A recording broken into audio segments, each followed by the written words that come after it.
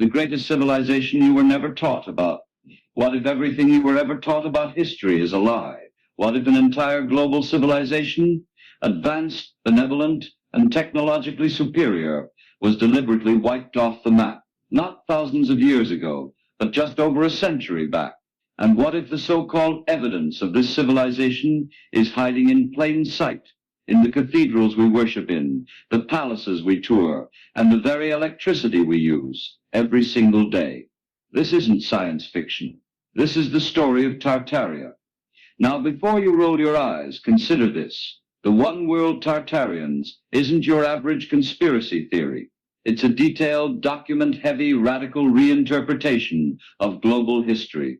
And while much of it challenges conventional logic, it raises questions we can't afford to ignore. Because if even 5% of it is true, then we've been lied to on a scale never seen before. From suppressed energy technologies to mysterious global architecture, from the Romanovs to the Rockefellers, from mud floods to electromagnetic star forts, this is not just an alternative history. This is a total rewrite, and it demands investigation. Let's start with the basics. Tartaria, also called Great Tartary, was allegedly a massive unified global civilization that existed up until the late 19th century. According to maps from the 17th and 18th centuries, it covered huge parts of Russia, Central Asia, China, parts of Europe, and even North America. You can find these maps in historical atlases. Even the 1771 Encyclopedia Britannica listed Tartary as a real place. But here's the twist. By the early 20th century, Tartaria had vanished.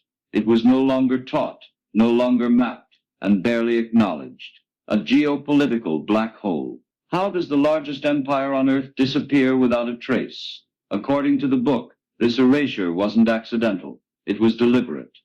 Here's where things get intense. According to the narrative, the destruction of Tartaria was orchestrated by a global elite, a cartel of royal families, secret societies, and banking dynasties. Their motive? Power and control. The theory goes that the Tartarian civilization had discovered how to harness free energy from the atmosphere, what Nikola Tesla would later describe as energy from the ether. Using domes, towers, and copper-clad rooftops, they allegedly powered entire cities wirelessly without pollution, wires, or bills. Sound crazy? Maybe. But consider this. Tesla himself was working on wireless electricity when his lab mysteriously burned down. And J.P. Morgan, who once funded Tesla, later pulled the plug, saying, "You can't put a meter on that." Is it a coincidence that the same elite powers, the Vatican, the City of London, Washington, D.C., rose precisely as Tartaria was falling? Or that public education systems, funded by the likes of Rockefeller, soon began teaching a homogenized Western-centric view of history? Now here's where it gets visual. All over the world, you'll find massive stone buildings, intricately designed, impossibly grand, and strangely similar, in Moscow, in Istanbul, in San Francisco, even in small towns across the American Midwest. Cathedrals, libraries, post offices, train stations. But here's the question: who built them? When and how? The official story says many of these were built in the 1800s or early 1900s. But according to the Tartarian theory, these weren't built in that era. They were inherited. These structures, the book claims, were remnants of the Tartarian civilization. And the reason we see so many of them buried halfway into the ground is because of a global mud flood, a cataclysmic reset that wiped out cities and buried the past. Look at the photographs from the 1800s, buildings with sunken windows, entire first floors underground. Why? How could horse and buggy societies build such ornate sky-touching structures with precision-cut stone, domes, and electromagnetic spires without blueprints, machinery, or time? And then there's the issue of the world fairs. Between 1850 and 1930, a global series of world's fairs, or expositions, popped up across cities like Paris, Chicago, San Francisco, Brussels, and London. These events featured massive neoclassical architecture, towers, domes, and entire fake cities, constructed supposedly just for the event. and then destroyed. Think about it. Why would governments spend millions to build literal cities, only to demolish them months later? What if these weren't built from scratch, but rather uncovered, refurbished, and shown to the public under the guise of exhibitions? And what better way to erase them from memory than to claim they were temporary? The book suggests the fairs were really just reveal and remove operations. Reveal the architecture. Pretend you built it, then demolish it. Now ask yourself, what if the Eiffel Tower, the Crystal Palace, and the Tower of Jewels weren't modern inventions, but remnants of something older, much older? The Tartarian theory paints a dark picture of the last 200 years. It claims that from the mid-1800s to the 1930s, a massive historical rewrite took place, orchestrated by the so-called New World Order, an alliance of Vatican insiders, royal elites, intelligence agencies, and banking clans. Their goal? Replace truth with narrative. Erase the memory of a peaceful, technologically advanced, spiritually awakened civilization, and replace it with nationalism, division, and debt-based control. Schools began teaching Rome and Greece as the pinnacle of civilization. Meanwhile, architectural blueprints were destroyed, and mysterious inventions, like the wireless energy poles of San Francisco or pneumatic travel tubes in Washington, were buried. Maps were redrawn, languages broken, and anyone who remembered the old world was silenced, institutionalized, or simply disappeared. Is that why the 19th century was filled with orphan trains, insane asylums, and mass graves? Were they clearing out the last remnants of a population that didn't fit the New World narrative? But here's where things get even stranger. According to the mainstream story, our modern grid, power plants, fossil fuels, overhead cables evolved slowly after the Industrial Revolution. Yet the world described in the Tartarian narrative tells us something radically different. That energy was once wireless, clean, and freely available. No wires, no coal, no profit meter, cathedrals, starports, and towers with copper domes. These weren't religious relics or military bases. They were energy devices, resonant structures that harnessed the electromagnetic field of the Earth itself. Sound crazy? It did to Nikola Tesla too, until he made it work. You see, Tesla wasn't just experimenting with new ideas. He was rediscovering old ones. Why else would his most promising invention, Wardenclyffe Tower, a wireless energy transmitter, be immediately shut down by J.P. Morgan? The same Morgan who said, "If I can't put a meter on it, I won't fund it." Now ask yourself this. What if Tesla didn't invent free energy, but was the final man to uncover a secret the elites were desperate to hide?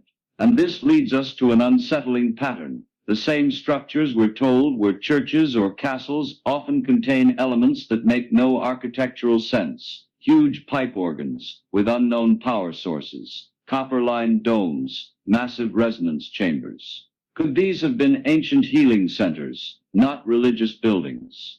Even the location of these structures seems suspicious. So many of them are built on telluric energy lines, what some call Lee lines, geographic corridors of powerful electromagnetic activity. From Notre Dame in Paris to the Capitol building in Washington, the alignment is uncanny. But if Tartaria had all this, healing tech, wireless power, unified language, and no borders, what happened to it? Why was it erased? That's where the idea of the Great Reset enters. No, not the World Economic Forum one. The real Great Reset. A series of engineered cataclysms, mud floods, firestorms, natural disasters, that systematically wiped the Tartarian cities off the map between 1811 and 1920. Fires in San Francisco, Chicago, Paris, New York, earthquakes, tsunamis. Entire cities reduced to rubble and then rebuilt, supposedly from scratch, in just a few years. But what if they weren't being built, they were being uncovered? And to cover their tracks, the victors created the most powerful tool of all modern history. Think about it. Who writes our history textbooks? Who controls our search engines, encyclopedias, and news archives? The same entities, the Rockefeller Foundation, government education boards, Silicon Valley monopolies, have all invested heavily in shaping our understanding of the past. Take Google's secret Project Ocean, launched in 2004, a plan to digitize every book on Earth. Sounds noble, right? But what happens when physical books disappear, and the only history left is whatever the algorithm chooses to show us?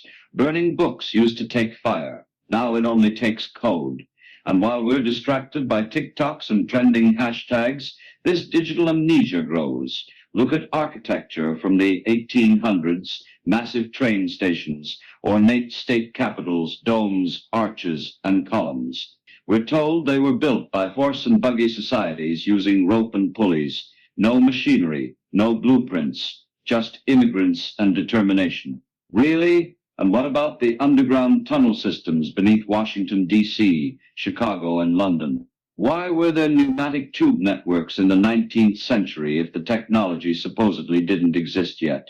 Why do so many of these structures look eerily similar across continents and cultures? Why is the same Gothic architecture found in Boston, Baghdad, and Baku? Because according to the Tartarian theory, it all came from the same source. This wasn't a civilization built through conquest and colonization. It was one unified system, peaceful, technologically superior, globally connected, and spiritually advanced. A one-world order, but not the dystopian version we fear today. Quite the opposite. And that's exactly why it had to be destroyed. Imagine a world where energy is free, where buildings are tuned to resonate with natural frequencies to heal the body, where transportation is wireless, food is abundant, conflict is minimal, people live in harmony with nature, governed not by empires or corporations, but by councils of wisdom. That was the alleged world of Tartaria. Now compare it to ours, a world of wires, bills, stress, surveillance, and suppression, where energy is rationed, healthcare is a business, and the past is locked behind digital paywalls. Was the destruction of Tartaria not just the loss of a civilization, but the birth of our current prison? And the final insult, they mocked it in our faces. Tartaria became Tartarus, a Greek term for hell. Tartars became savages. The architecture was renamed Beaux Arts or Gothic Revival. A culture once allegedly driven by peace and resonance was turned into a footnote, a myth, a joke. But here's the biggest question of all. If Tartaria didn't exist, then why go to such extraordinary lengths to erase it? Why the sudden appearance of so many orphaned children in the late 1800s, transported across North America on so-called foundling trains? Why the global boom in psychiatric asylums, many with architecture resembling palaces or cathedrals? Why the rise of secret societies, black budgets, and government secrecy right after this period? And finally, why does it feel like the deeper we look into the past, the more it resists? Maybe this isn't about proving Tartaria existed. Maybe it's about why we're not allowed to ask, because when you start asking, the patterns emerge. The same families, the same symbols, the same architectural anomalies, the same erasures, the same forces rewriting the narrative. And suddenly, history isn't just a story, it's a control system. So maybe Tartaria isn't the story of an ancient lost empire. Maybe it's the key to understanding how the present was engineered. Maybe this isn't about history at all. Maybe it's about memory, your culture's memory, our species' memory. And as long as we forget, they win. So now the question is, what else are we not being told? And more importantly, are you ready to remember?